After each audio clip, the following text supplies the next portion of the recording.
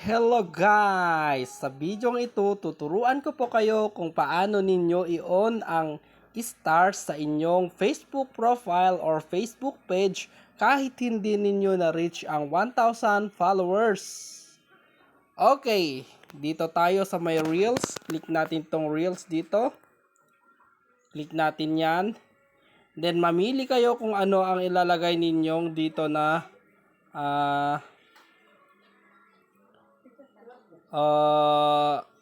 video. Halimbawa itong Shopee na to, ito, click ko na to, then click ninyo tong next, click next, yan, then click see more settings here, then on nyo lang tong star dito, on nyo lang yan, automatic magkakaroon kayo ng star kahit hindi ninyo na-reach ang 1,000 followers. Yan, salamat po.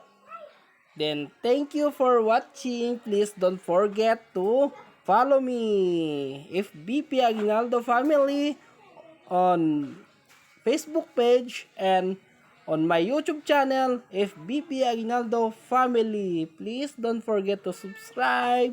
Thank you, good day, and God bless.